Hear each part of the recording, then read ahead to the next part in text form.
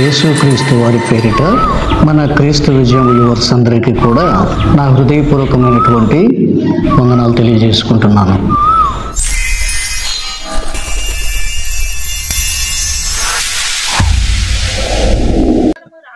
మెఫీబోషేతు అనేటువంటి ఆయన యెరూషలేములో కాపురముండి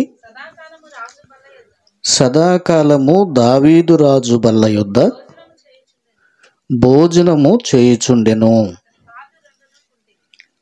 అయితే అతని కాళ్ళు రెండు కుంటివి.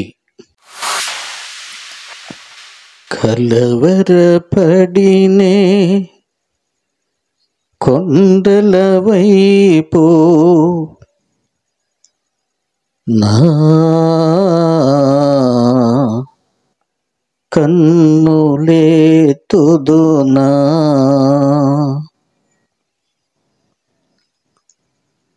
కొండల వైపు నా కన్నులెత్తి కొదువతో నేను కుమిలెదనా, కొదువతో నేను కుమిలెదనా. సహాయము చేయండి. దేవా స్తోత్రములు నాయన, మీ సన్నిధి కాంతి మా మీద ప్రకాశింపచేయండి. సాతాను శక్తులను బంధించండి, నిద్రముత్యాలకుండా చేయండి. ఈ కూటము ద్వారా ఈ గృహములో మీ గొప్ప కార్యములు జరిగించండి. ఈ మైక్ శబ్దం ద్వారా ఆలకిస్తున్న బిడ్డలను రక్షించండి. ఈ క్రొత్త సంవత్సరపు శుభాలు ప్రతి ఇంటికి దయచేయండి. యేసయ్యలో అడుగుచున్నాను తండ్రి, ఆమేన్. సమయానుకూలంగా మనం దేవుని యొక్క వాక్యాన్ని నేర్చుకుందాము. ప్రియులారా, మరి క్రమశిక్షణ అనేటువంటిది చాలా అవసరం. బెతెస్దా కోనేటికి ఒక క్రమం ఉందని, దేవదూత ఏ సమయంలోనైనా వచ్చి నీళ్లు కదిలించినప్పుడు మొట్టమొదట ఏ వ్యక్తి, ఏ వ్యాధి చేత బాధపడే వ్యక్తి అయినా ఆ బెతెస్దా కోనేటిలోనికి దిగితే మొదట దిగిన వానికి స్వస్థత. హల్లెలూయా. యేసయ్య సన్నిధికి పరిగెత్తుకుని రావటం నేర్చుకోండి. క్రొత్త సంవత్సరంలో నేను చర్చిలో అనౌన్స్ చేశాను, 7 గంటలకి ప్రార్థన అంటే మీరు 6:30కి ఇంటి దగ్గర బయలుదేరాలి. మీ కడుపులో దేవుని భయం లేదు అని అర్థం.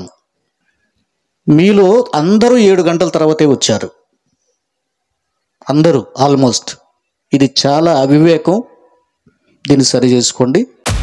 ముందుగా సత్యవతమ్మ గారు ప్రభువుని ఎరిగిన బిడ్డగా జీవించిందండి. ఆమె చాలా మంచి స్వభావం కలిగింది తల్లి. నన్ను సొంత బిడ్డలాగా ప్రేమించేది, ఒక దైవజనునిగా చాలా గౌరవించేది. అట్లాగే మరి శ్రీనివాస్ కుటుంబం కానీ, లక్ష్మి, వాడు భాను, పౌలు, లోకేష్, ఆ ఇంటి మీద ఎక్కువగా ఇదివరకు ప్రార్థన పెట్టేవారిని. లక్ష్మి ఫ్యామిలీలో శ్రీను ఇంటి మీద అవకాశం లేకుండా పోయిందని బాధపడుతున్నాను. అట్లాగే మరి జయలక్ష్మి గారు, వాళ్ళ కుటుంబము నేను ఎరుగుదును. కొన్ని సందర్భాల్లో ఎర్రబాలెం వెళ్ళి అక్కడ ప్రార్థన చేసి వచ్చినటువంటి సందర్భాలు కూడా ఉన్నాయి. తర్వాత దానియేలును ప్రభువు రక్షించుకొని మరి ఆయన సొత్తుగా సామ్రాజ్యంగా ఏర్పాటు చేసుకున్నారు. ఆ రీతిన అన్యజనులుగా ఉన్నటువంటి వీరు ప్రభు సొత్తుగా మారారు. అయితే ముఖ్యంగా మరి ఆ తల్లి కన్నీళ్లు గార్చి ప్రార్థన చేసేది, బిడ్డలు రక్షించబడాలని. మరి సీను కానీ, దానియేలు, బసవేశ్వరరావు అంటారండి ఆ బిడ్డ కానీ, సత్యవతమ్మ గారి బంధువులు కూడా, ఇక్కడ ఉన్నటువంటి బంధువులు కూడా రక్షించబడాలని ఆ బిడ్డ ఎంతో ఆశపడేది. ఆమె హృదయవాంఛలు తప్పకుండా కాలక్రమంలో ప్రభువు తీర్చునుగాక. దానియేలు కుటుంబంలో ఒకదాని వెంట ఒకటి అన్నట్లుగా శోధనలు కలిగినాయండి. ఆరోగ్యపరంగా ఇది చాలా బాధాకరమైన విషయం. ఎందుకోనా కానీ దేవుడు కొన్నిసార్లు కొంతమందిని పరీక్షిస్తాడు. ఈ కుటుంబంలో ఒక విధంగా మరణపు అంచులు దాకా వెళ్ళిపోయాడు. దానియేలు ఇందాక సాక్ష్యం చెప్పారు కదా, మరి మీరు విన్నారని నేను భావిస్తున్నాను. అట్లాగే పావని కూడా సాక్ష్యం చెప్పింది. అలాంటి స్థితిలో ఆ బిడ్డకు దర్శనం కలిగిందని, ఆ దర్శనం కలిగిన తర్వాత దానియేలు కోలుకున్నాడని 2 సందర్భాలను ఉద్దేశించి తనకు కలిగిన దర్శనాల గురించి చెప్పింది పావని. చాలా సంతోషకరమైన విషయం. సరే, మనం గీత కోసం, తేజ కోసం ప్రార్థన చేద్దాం, వారి భవిష్యత్తు కోసం ప్రార్థన చేద్దాము. మరి రుణభారం ఉంది, అది తీరిపోయేలాగన తప్పకుండా మనం ప్రార్థన చేయాల్సి ఉంది. సరే, ఈ విషయాలు అలా ఉంచుదాం ప్రియులారా. అయితే నేను ప్రభు చిత్తం అయితే, ప్రభు నడిపింపుంటే ఒక చక్కటి సబ్జెక్టుగా మీకు మీ ముందు పెట్టాలని ఆశిస్తున్నాను. యంత్ర శబ్దం కూడా బయటకు వెళుతుంది కనుక కొంతమంది బిడ్డలు ఆసక్తిగా యేసయ్య మాటలు వింటారు, నాకు తెలుసును. మనం చదువుకున్న గ్రంథంలో, సమూయేలు రాసినటువంటి 2వ గ్రంథంలో 9వ అధ్యాయంలో ఒక రాజుగారు కనబడుతున్నాడు. ఒక రాజుగారు కనిపిస్తున్నారు. సమూయేలు గ్రంథంలో 9వ అధ్యాయంలో ఈయన పేరేంటి? మహారాజైన దావీదు. మహారాజైన దావీదు గారు రాజు బల్ల యొద్ద సదాకాలము భోజనం చేసే ఛాన్స్ కొట్టేశాడు ఒక అతను. ఆయన పేరేంటి? మెఫీబోషేతు. వినండి, మెఫీబోషేతు అంటే అర్థం ఏంటంటే, సుబాని, నాశనకరమైన వాడు అని అర్థం. నాశనకరమైన అని మీనింగ్ ఉంది. దేనికి? మెఫీబోషేతు అంటే నాశనకరమైన. యేసయ్య ఈ లోకానికి ఎందుకు వచ్చాడో తెలుసా? 19వ అధ్యాయము 10వ వచనంలో యేసయ్య ఈ మాటలు చెప్పాడు. అధ్యాయం చెప్పను, చదవండి.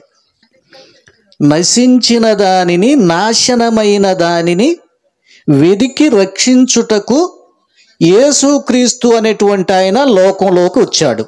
అందరూ వినండి. యేసు అనగా అర్థం ఏంటి? తన ప్రజల పాపము నుండి. ప్రజలెవరు? తన ప్రజలు. ఆయన మనల్ని కన్నాడు. ఆయన తన విలువైన రక్తమును పెట్టి ఆయనే మనల్ని కొన్నాడు. అందుకని మనం ఎవరమి? We are his people.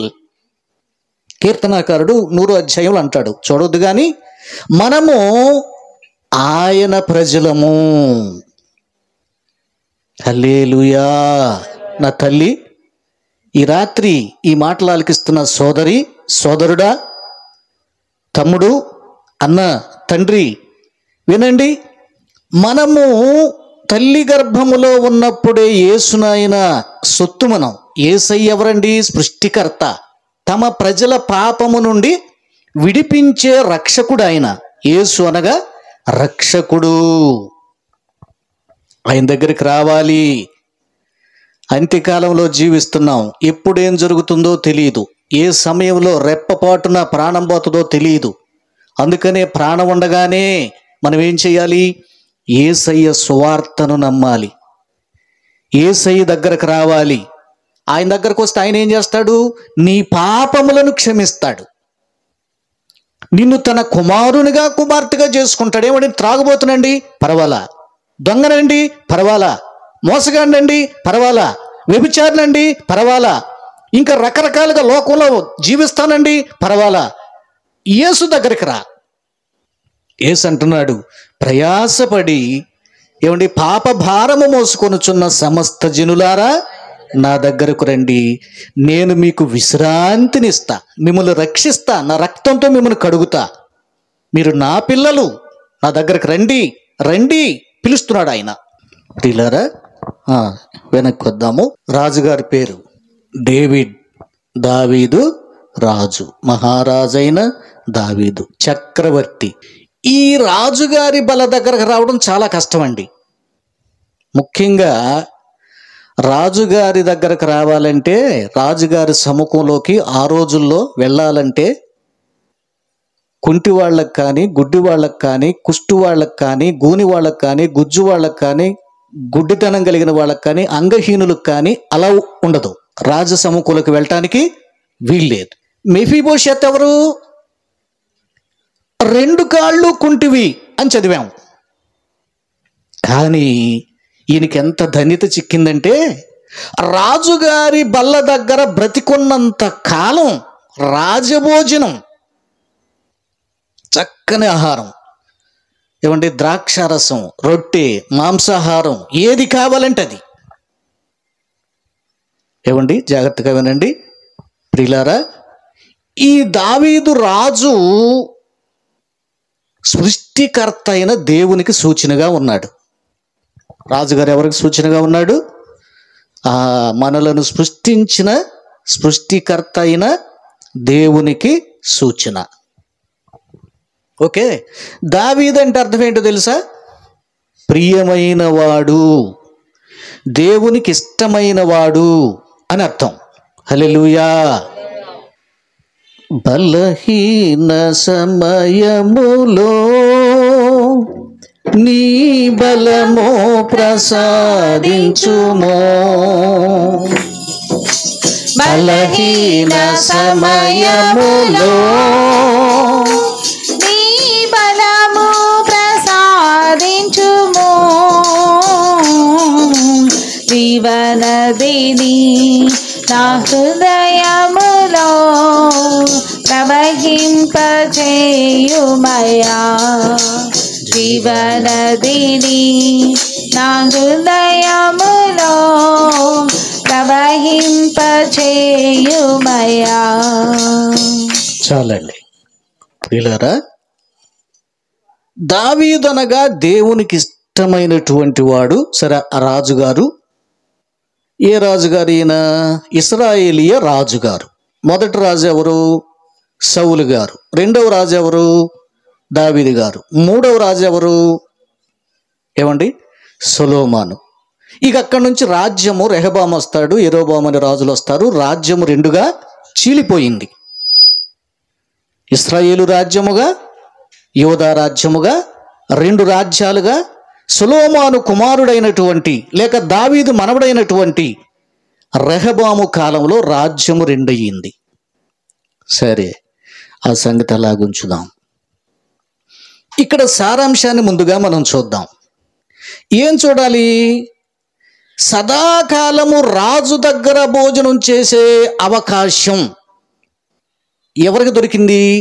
నాశనకరమైన వ్యక్తికి దొరికింది, కుంటివాడికి దొరికింది, అంగహీనునికి దొరికింది. ప్రియులారా, ఈ రాత్రి ఈ మాటలు ఆలకించి నువ్వు ప్రభువుని నమ్ముకుంటే నిజమే, మన జీవితం ఏమండి ఆత్మీయ జీవితంలో కుంటివారిమి, ఆత్మీయ జీవితంలో కుష్టివ్యాధి కలిగిన వారిమి, ఏమండి హృదయము అన్నింటికంటే మోసకరమైంది. నువ్వు వ్యాధిగ్రస్తుడివి, నీకు తెలుసా? నాకేంటండి, నేను శుభ్రంగా ఉన్నానండి, ఆరోగ్యంగా ఉన్నానండి, బలంగా ఉన్నానండి, యవనొస్తుందండి, అబ్బో నాకు ఇల్లు వాకిలు ఉందండి, పొలం ఉందండి, అన్నీ సున్నా. ఈ లోకంలోకి నువ్వేది తేలేదు, ఈ లోకంలో నుంచి నీవేది తీసుకుని వెళ్ళలేవు, గుర్తుపెట్టుకో. అయితే ప్రతి మనుషుడు కూడా పాపముగా ఏమండి పాపము చేసి దేవుడు అనుగ్రహించే మహిమను పొందలేకపోతున్నావు. అరే నేను పాపిని కాదండి, నేను మంచోడండి, నీతిమంతుడండి, అబద్ధాలు మోసం లేవండి నా జీవితం అంటావా? లేదు లేదు లేదు లేదు. జన్మ కర్మ పాపాలు అనేవి ఉన్నాయి. అర్థమైందా? ఏమున్నాయి? జన్మ పాపం ఉన్నది, కర్మ పాపం ఉన్నది. నువ్వు అబద్ధం ఆడకపోయినా, మోసం చేయకపోయినా, దొంగతనం చేయకపోయినా తల్లిదండ్రులకు జన్మిస్తే జన్మ పాపం వస్తుంది. అలాగే వివాహం చేసుకుని మరలా పిల్లలను కనడం ద్వారా కర్మ పాపం వస్తుంది. నువ్వు మంచివాడివైనా సరే, జన్మ కర్మ పాపాల నుంచి రక్షించి విడిపించడానికే యేసు అనేటువంటి ఆయన దైవము పరలోకములో నుంచి క్రిందకు వచ్చాడు, పుట్టాడు అనుకుంటున్నాం. మొన్నే క్రిస్మస్ పండుగ అయిపోయింది. క్రిస్మస్ పండుగ అంటే లోకములో చాలా గొప్ప పండుగ. యేసు పుట్టుకను ఉద్దేశించి పండుగ చేస్తారు, ఆయన ఆరాధిస్తారు. ఏమండి, ఆయన పుట్టాడా? ఓకే, కన్యగర్భాన పుట్టాడు. నిజానికి ఆయన పుట్టాడా? కాదు, వచ్చాడు. ఆయన ఎక్కడి నుంచి వచ్చాడు? పరలోకములో నుంచి భూమి మీదకి దిగి వచ్చాడు ఆయన తల్లి గర్భములో. ఎందుకంటే మానవుడిగా జీవించాలి గనక, మానవుడిగా అవతారం ఎత్తాలి గనక తల్లి గర్భంలోనికి ప్రవేశించి పురుషునితో సంబంధం లేకుండా కన్య మరియ గర్భాన పరిశుద్ధ జన్మను జన్మించాడు ఆయన యేసయ్య. పరిశుద్ధాత్మ వలన ఈ కార్యము జరిగింది. ఎస్, ఆయన రక్షకుడు. ఆయన దగ్గరకు రా. ఏమండి, ఈ నాశనకరమైన కుంటివాడు రాజు దగ్గరకు వచ్చి, అసలు మామూలుగా చట్టం ఒప్పుకోదు, కానీ ఇతనికి ఒక స్పెషల్. నిజమే, చూసారా? నీవు యేసుక్రీస్తు ద్వారా ఇప్పుడు మనం అంటండి, మన సంఘం ప్రభువుని నమ్ముకున్న మనందరికి కూడా ఒక శుభవార్త ఏంటంటే, క్రీస్తును అంగీకరించిన మీ అందరికీ శుభవార్త ఏంటంటే, ఈ నూతన సంవత్సరంలో ఈ మాటలు ఆలకిస్తున్న మీకు శుభవార్త ఏంటంటే, నిజముగా మీరు క్రీస్తును అంగీకరించిన వారైతే ఏమండి, ఈ లోకాన్ని విడిచిన తర్వాత మనము సదాకాలము రాజు, ఆయన ఎవరు? రాజులకు రాజు, రాజులకు రాజైనాయి మన విభుని పూజ చేయుటకు రండి. రాజులకు రాజైనాయి మన విభుని పూజ చేయుటకు రండి. ఈ జయశాలి కన్నా మనకింకా రాజెవరును లేరని, రాజులకు రాజైనాయి మన విభుని పూజ చేయుటకు రండి. హల్లెలూయా. మనము మీకు శుభవార్త ఏంటంటే, సదాకాలము రాజుగారి కూతురులాగా, రాజుగారి కొడుకులాగా సదాకాలము ప్రభువుతో కూడా మనం జీవించబోతున్నాం. ఇది ఈ నూతన సంవత్సరంలో ఒక శ్రేష్టమైన సంతోషకరమైన వర్తమానం నీకు. ఈ నాశనకరమైన వ్యక్తి, బలహీనుడైన వ్యక్తి, ఏమండి, రాజు బల్ల దగ్గర సదాకాలము జీవించే కృప ఎలా దొరికిందో దావీదు రాజు కాలంలో, ఈ రోజున సంఘానికి నువ్వు ఎలాంటి వ్యక్తివైనా ప్రభువు దగ్గరకు వస్తే, పాపాలు ఒప్పుకుంటే నువ్వేం చేయాలి? ఏమండి, మీరు నేను అంటున్నానని డిఫరెంట్గా థింక్ చేయకండి. యేసుక్రీస్తు దగ్గరకు వచ్చినప్పుడు యేసుక్రీస్తు దగ్గర బోధనలు మనిషిని మారుస్తాయి. ఇంకెక్కడ లోకంలో మనిషి మారలేడు. యేసుక్రీస్తు దగ్గరకు వస్తే, బాబు తాగకూడదు నాయనా అని చెప్తారు. యేసయ్య దగ్గరకు వస్తే, బాబు బీడీలు కాల్చకూడదు నాయనా అని చెప్తారు. యేసుక్రీస్తు దగ్గరకు వస్తే, బాబు అబద్ధం ఆడకూడదు నాయనా అని ఖండిస్తారు. యేసుక్రీస్తు దగ్గరకు వచ్చి దొంగలు మారారు. యేసుక్రీస్తు దగ్గరకు వచ్చి త్రాగుబోతులు మారారు. యేసుక్రీస్తు దగ్గరకు వచ్చి భయంకరమైన పాపములో జీవించేవారు మారారు. సాక్ష్యాలు ఉన్నాయి. ఎందుకంటే యేసు ప్రభు మాత్రమే the real God is in this earth. The Christ is the real God in this earth. Hallelujah. అవునండి, ఆయనే నిజమైన దేవుడు. అందుకనే ప్రపంచంలో అనేకులు క్రైస్తవులుగా మారుతున్నారు.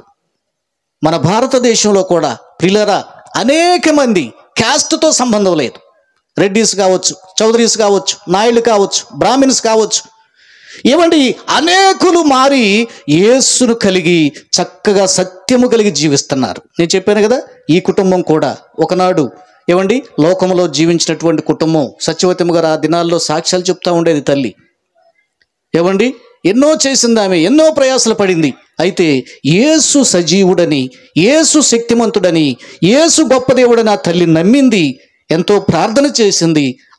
ఆమె యొక్క ప్రార్థన ఫలముగా మరి దానియేలు కానీ, మరి అట్లాగే వారి అక్కగారైనటువంటి జయలక్ష్మి గారు కానీ ప్రభు పిల్లలుగా జీవించడానికి దేవుడు ఒక చిన్న మార్గాన్ని అట్లా తెరిచాడు. హల్లెలూయా. రైట్ ప్రియులారా, ఇక్కడ మనం గమనించినట్లయితే దావీదు రాజు ఎందుకు తన బల్ల యొద్ద నివసించడానికి ఇన్వైట్ చేశాడు అని మనం ఆలోచన చేస్తే యోనాతానును బట్టి. సమూయేలు గ్రంథం 2వ గ్రంథంలోనే 9వ అధ్యాయంలో మొదటి మాటలు ఒకసారి చూడండి. యోనాతానును బట్టి నేను ఉపకారము చూపుటకు సౌలు కుటుంబములో ఎవడైనా కలడా అని దావీదు అడిగెను.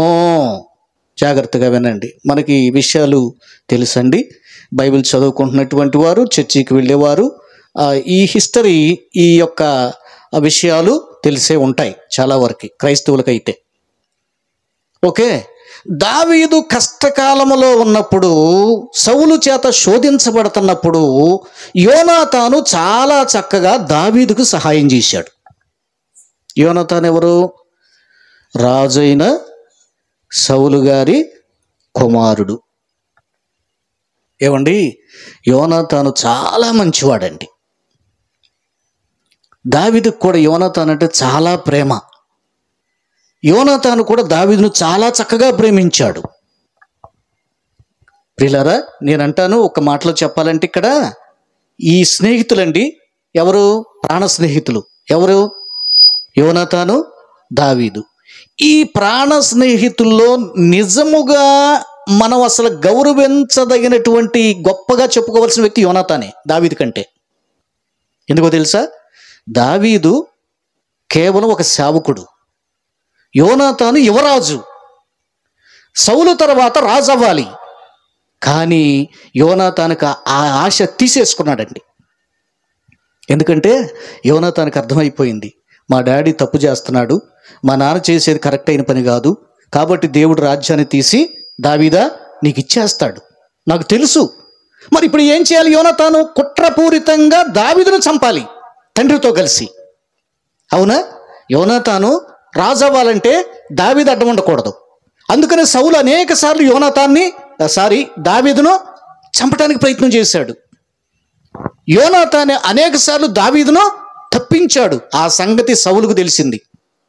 సౌలుకు తెలిసి ఏమండి నీచంగా మాట్లాడి కొడుకును తిట్టాడు. ఎరా, నీకు బుద్ధి లేదా? నా తర్వాత రాజు అవ్వాల్సింది ఎవరు? నువ్వే కదా. కానీ నువ్వేం చేస్తున్నావు? దావీదుకి సహాయం చేస్తావేంటి? దావీదు నీ స్థానంలో రాజు అవుతాడు, నీకు తెలియదా? ఆగడగొట్టు దాని కొడుకా అని తిట్టాడు. అది చాలా కఠినమైన మాట అండి. యోనాతాను మాట్లాడలేదు, సహించాడు, దావీదును ప్రేమించాడు, ప్రాణ స్నేహితునిగా భావించాడు. యోనాతాను చాలా మంచివాడు. ఏమండి, రాజ్య కాంక్ష లేనివాడు, నీతిమంతుడు యోనాతాను, మంచి స్నేహితుడు యోనాతాను. బైబిల్ గ్రంథంలో ఇంత మంచి స్నేహితుడు ఎవరు మనకు కనబడరు. ఇలాంటి యోనాతాను యుద్ధంలో చనిపోయాడు. దావీదు అనుకోకుండా దేవుని నిర్ణయం ప్రకారం రాజు అయ్యాడు. ఇప్పుడు దావీదు ఆలోచన చేశాడు, యోనాతానని నా స్నేహితుడు చనిపోయాడు కదా, ఓకే, నేను ఏదైనా వారి కుటుంబంలో ఆ యోనాతానును బట్టి నేను ఉపకారం చేయటానికి ఎవరైనా మిగిలిన్నారా అని పనివారిని అడిగాడంట. ఎందుకు అడిగాడు? ఉపకారము చేయాలి. గుర్తుంచుకోండి, ఎందుకు అడుగుతున్నాడు? ఉపకారము చేయటానికి. ఏం చేయాలి మనందరం కూడా కొత్త సంవత్సరంలో? చెప్పండి. ఇతరులకు ఉపకారము చేయాలి. గుర్తుంచుకోండి, బైబిల్ ఏం చెప్తుంది? మన యేసయ్య ఏం చెప్తాడు? ఏమండి, యేసయ్య అందరికీ ఉపకారి అని ఉంటుంది. దేవుడు, గాడ్ ఈజ్ ఏమండి హెల్పర్ టు ఆల్, అందరికీ సహాయం చేస్తాడు. దేవుడు అందరికీ ఉపకారి. అట్లాగే దావీదు ఏమంటున్నాడు? నేను ఉపకారము చేయటానికి. అందుకని బైబిల్ అంటది, ఉపకారమును ధర్మమును చేయ మరిచిపోకండి. క్రొత్త సంవత్సరంలో నువ్వేదైనా కలిగి ఉన్నావు అనుకోండి, నీకంటే పేదవారిని కనికరించండి, వారికి సహాయం చేయండి, ఉపకారం చేయటం మర్చిపోబాకండి. ఇది ఒక బాధ్యత, విశ్వాసికి ఒక బాధ్యత. అర్థమైందా? విశ్వాసంలోకి వచ్చాక, చర్చిలోకి వచ్చాక నువ్వేం నేర్చుకోవాలి? నేర్చుకునే వాటిలో ఒకటేంటి? ఇతరులకు దానాధర్మం చెయ్యాలి. ఏమండి, అవి చెయ్యాలా? చెయ్యాలి. దేవుడికి ఇష్టమా? ఇష్టమే. ఏమండి, ఒక ఆయన భక్తుడు, అన్యుడు, క్రైస్తవుడు కాదు, ఇశ్రాయేలీయుడు కాదు, అన్యుడు, శతాధిపతి, 100 మంది మీద అధికారం కలిగినటువంటి సైనిక అధ్యక్షుడు. చూసారా, కొర్నేలి అనేటువంటి ఆయన ఏమండి చక్కగా ధర్మకార్యాలు చేసేవాడంట, దాన ధర్మాలు చేసేవాడంట, ప్రార్థన చేసేవాడంట దేవునికి. అయితే దేవుని సన్నిధికి జ్ఞాపకార్థముగా ఏ వెళ్ళాయి? అతని ప్రార్థన వెళ్ళింది, ధర్మకార్యాలు వెళ్ళినాయి. చూసారా, అతను చేసిన ఉపకారాలు వెళ్ళినాయి దేవుని దగ్గరికి. చాలాసార్లు మనం పొందాలనుకుంటామండి, ఎవరైనా ఇస్తే తీసుకుందాం అనుకుంటామండి. సరే, అది వెర్షన్ వేరు. మనం కూడా మన స్థాయికి తగ్గట్టుగా ఏం చేయాలి? ఇతరులకు ఉపకారము చేయాలి. దావీదు అంటున్నాడు, నేను ఉపకారం చేయడానికి ఎవరైనా ఉన్నారా అంటే వెంటనే అక్కడ సమాచారం ఏమందించారంటే, అయ్యా రాజా, సౌలు ఇంటి వారి పనివాడు ఒకడు ఉన్నాడు, సీబా అని, అతను పిలుద్దాం ఉండండి అన్నారు. సరే పిలవండి అని చెప్పాడు. రాజు అయ్యాడు, సింహాసనం మీద దావీదు కూర్చున్నాడు. సీబా వచ్చాడు. అయ్యా చిత్తం ఏంటి? ఏమి లేదండి, మరి సౌలు ఇంటి వారిలో ఇంకెవ్వరూ మిగిలేమి లేరు, కానీ యోనాతానుకు పుట్టినటువంటి ఒక కుంటికాళ్ళు కలిగినటువంటి ఒక బిడ్డడు ఉన్నాడండి అని చెప్పాడు. అట్లాగా, ఎక్కడున్నాడు? లోదేబార్లో ఉన్నాడండి. ఎవరి దగ్గర ఉన్నాడు? మాకీరింటున్నాడండి.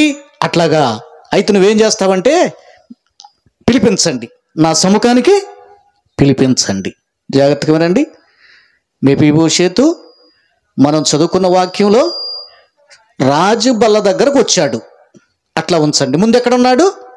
లోదేబార్లో ఉన్నాడు. జాగ్రత్తగా వినండి. రాజు ఎక్కడున్నాడు? యెరూషలేములో ఉన్నాడు. ఆయన పేరేంటి? మెఫీబోషేతు. దాని భావం ఏంటి? ఒక నాశనకరమైన, చెడిపోయిన, పనికిరాని, ఉపయోగం లేని అని అర్థం. రాజుగారి పేరేంటి? దావీదు. దేవునికి ఇష్టడు, ప్రియుడు, జయశాలి, బలార్జుడు, జ్ఞానవంతుడు, కీర్తనాకారుడు, పరిశుద్ధాత్మ అభిషేకం కలిగినటువంటి వాడు దావీదు. జాగ్రత్తగా వినండి. దావీదు ఎక్కడున్నాడు? యెరూషలేములో ఉన్నాడు. మెఫీబోషెతు ఎక్కడున్నాడు? లోదేబారులో ఉన్నాడు. లోదేబారు అనగా లోకానికి సాదృశ్యం, యెరూషలేము అనగా పరలోక పట్టణానికి సాదృశ్యం. మళ్ళీ వినండి, మీరు ప్రకటన గ్రంథంలో మీరు చదవగలిగినట్లయితే యెరూషలేము అనేటువంటి ఆ యొక్క పట్టణము పరలోకంలో కనబడుతుంది. మీరు ప్రకటన గ్రంథంలో మీరు చూడగలిగితే యెరూషలేము అనేటువంటి పరిశుద్ధ పట్టణము తన భర్త కొరకు అలంకరించబడినట్లుగా పెండ్లి కుమార్తె వలె సిద్ధపడి ఉంది. పరలోకమందున్న దేవుని యొద్ద నుండి దిగి వచ్చుట నేను చూచి తిని. హల్లెలూయా. నీ మాట చాలయ్యా, నీ చూపు చాలయ్యా, నీ తోడు చాలయ్యా, నీ నీడ చాలయ్యా, నీ మాట చాలయ్యా, నీ చూపు. అందరం పడదాం. నీ నీడ చాలయ్యా, నీ ఉంటే నాకు చాలు యేసయ్యా.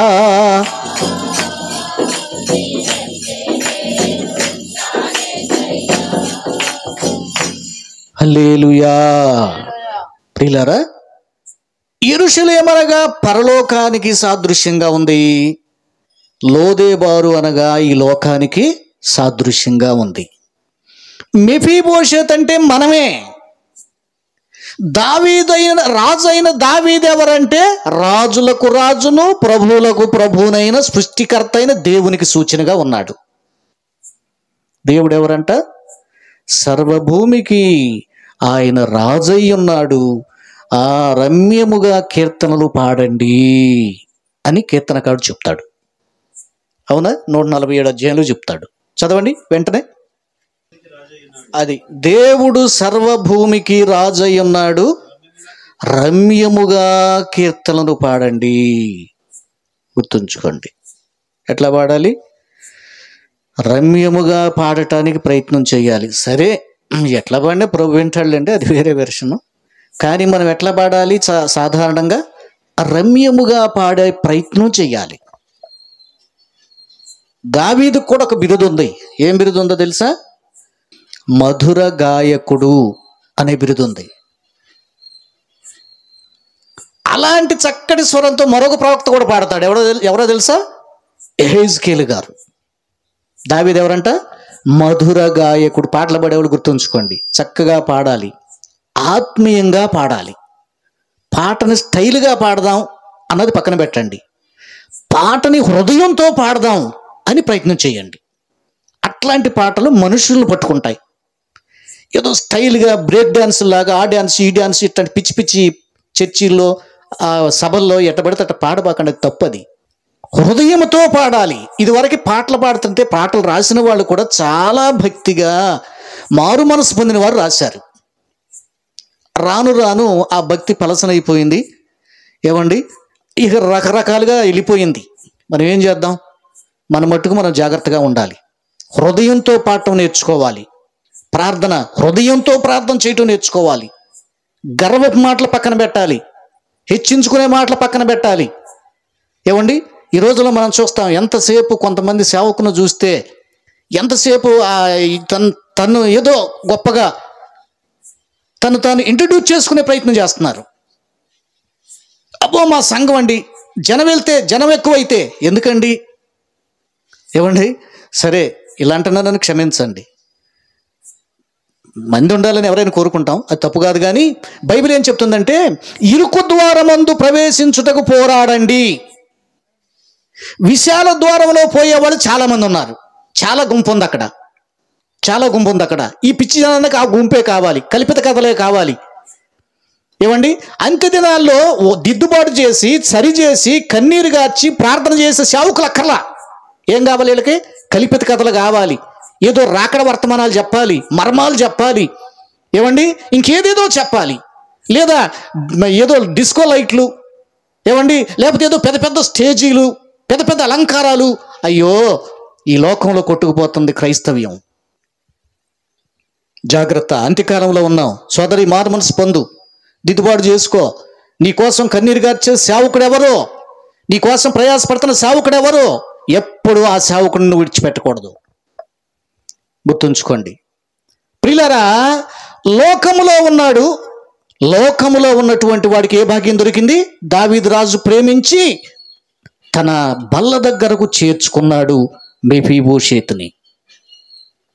అతను ఎలా, ఇంక పై మాటలో ఒక మాట అక్కడే ఏముంటుందంటే, 11వ వచనంలో ఉంది, కాగా మెఫీబోషేతు రాజకుమారులలో ఒకడైనట్టుగా రాజు బల్ల యొద్దనే భోజనము చేయుచుండెను. రాజకుమారుడు కాదు, కానీ రాజకుమారుడైనట్టుగా. అంటే దావీదు రాజు అలాంటి ఔన్నత్యాన్ని, అలాంటి అలంకరణను, అలాంటి వస్త్రధారణ దావీదు ప్రేమించి అతనికి ఇప్పించాడు.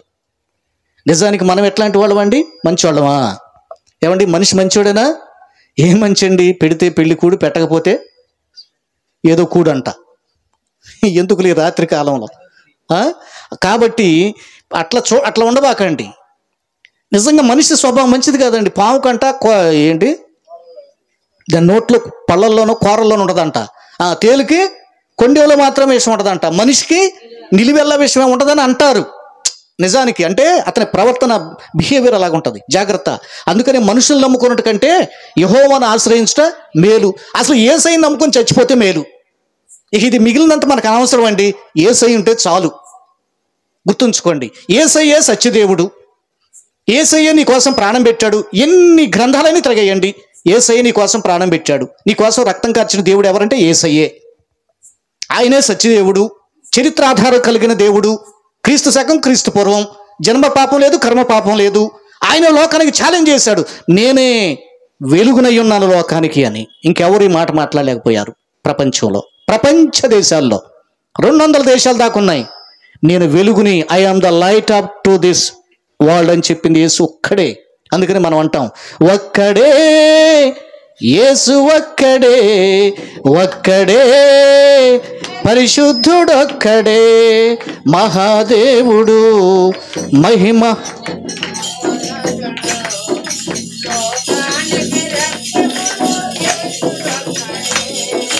ఒక్కడే యేసు ఒక్కడే, ఒక్కడే పరిశుద్ధుడొక్కడే. హల్లెలూయా. ప్రియ తల్లి, యేసయ్య నిన్ను ఈ సారాంశం నేను ఇక ముగిస్తానండి. మనకి తర్వాత భోజన కార్యక్రమాలు ఉన్నాయి కదా, కాబట్టి నేను క్లోజ్ చేస్తాను. ఈ సారాంశాన్ని మీరు హృదయంలో పెట్టుకోండి. సారాంశం ఏంటంటే, కుంటివాడు, పనికిరానివాడు, నాశనకరమైన వాడు, ఏమండి అలాంటి వ్యక్తికి రాజింట్లో స్థలం దొరికింది. రాజకుమారుడైనట్టుగా అతని ఓహో వందాదనం, అబ్బో పనివాళ్ళు, ఇంటి వాళ్ళు, అబ్బా జీవితం మారిపోయింది. అట్లాగే మనం మంచోళ్ళం కాదు, మనలో చాలా పాపాలు ఉన్నాయి. మనిషి అబద్ధమో, మోసమో, దొంగతనమో ఏదో ఒక పాపం ఉంటుంది. అయినానంటండి యేసయ్యను నమ్ముకుంటే నీవు కూడా ఒక రాజకుమారుడిలాగా, రాణిలాగా, రాజకుమార్తెలాగా ఆయన తన సింహాసనం దగ్గర మనల్ని కూర్చోబెట్టుకుంటాడంట. మరి కాలదన్నుకుంటావా? ఆయన అంగీకరించకపోతే అగ్నికి తప్పదు. ఆయన అంగీకరిస్తే నువ్వు ఒక రాజకుమారుడు అవుతావు, ఆయన అంగీకరిస్తే నువ్వు ఒక రాణివి అవుతావు. ఏమండి ఈ కుంటివానికి దక్కిన భాగ్యం ఎంత గొప్పదంటే, సదాకాలం 4 రోజులు కాదండి, 40 రోజులు కాదండి, 30 రోజులు కాదండి, 2 నెలలు కాదండి, సంవత్సరం కాదండి, సదాకాలము రాజింట్లోనే రాజభోజనం చేసే యోగ్యత. చూసారా? కాబట్టి ప్రియులారా, ఈ రాత్రికాల సమయంలో యేసు ప్రభువును అంగీకరించండి, యేసు ప్రభువును నమ్ముకొనండి. యేసయ్య చెప్పాడు, నేనే మార్గమును, నేనే సత్యమును, నేనే జీవమునై ఉన్నాను. ప్రియులారా గుర్తుపెట్టుకోండి, ఎన్ని సాక్ష్యాలు ఉంటాయో అన్ని మనం చెప్పుకోవటానికి సమయం కాదండి. యేసయ్య ఎన్ని అద్భుత కార్యాలు మన చర్చిలో చేశాడు. రాజులపాలెంలో, మన బియోలా సహవాసంలో దేవుడు ఎన్ని అద్భుతాలు చేశాడు. ఏమండి సాధారణంగా ఏదో మాలపల్లిలో, మన మాదిగపల్లిలో, పల్లిలో చర్చి సహజం. ఓకే, రాజులపాలెంలో బియోలా సహవాసాన్ని దేవుడు ఏర్పాటు చేశాడు. దేవుడు ఏర్పాటు చేశాడు, మనుషులు కాదు. దేవుడు అనేక అద్భుతాలు చేశాడు, దేవుడు అనేక కార్యాలు చేశాడు. సంతానం లేని వారికి సంతానం ఇచ్చాడు, రోగుల్ని స్వస్థపరిచాడు. ఏమండి అనేకమైన అద్భుత కార్యాలు, సూచక క్రియలు వాళ్ళు చూశారు. అందుకని రాజులపాలెంలో సాధారణంగా ఎవ్వరు కూడా యేసుక్రీస్తుకు వ్యతిరేకంగా మాట్లాడరు. మన వాళ్ళు చాలా మంచి వాళ్ళు. ఎక్కడన్నా ఒకరు అలా ఉంటారేమో కానీ నిజంగా మన గ్రామం ఎంతో మంచి గ్రామం అండి. ఎందుకనంటే ఎవరి పని వాళ్ళు చేసుకుంటారు, సాధారణంగా ఎవరి ఆరాధనలు వాళ్ళు చేసుకుంటున్నాం. చాలా సంతోషం, చాలా మంచిది మన గ్రామం. సో మన గ్రామ రక్షణ కోసం, నిజానికి మన దేశ రక్షణ కోసం మనం ప్రార్థన చేయాలి. అర్థమైందా? కనుక ఈ రాత్రి నా తల్లి, ఈ మాటలు వింటున్న సోదరుడా, బాధలో ఉన్నావా? అనారోగ్యంలో ఉన్నావా? అప్పుల బాధతో ఇబ్బంది పడుతున్నావా? యేసు దగ్గరికి రా. ప్రభు నీకు శాంతిని, మనశ్శాంతిని ఇస్తాడు, సమాధానాన్ని ఇస్తాడు, ముఖ్యంగా రక్షణ భాగ్యం ఇస్తాడు, నీ శోధనలు తొలగిస్తాడు ఆయన. ఈ మాటలు ప్రభు మనందరి వినికిలో దీవించునుగాక. ఆమేన్. ప్రార్థన చేసుకుందాం.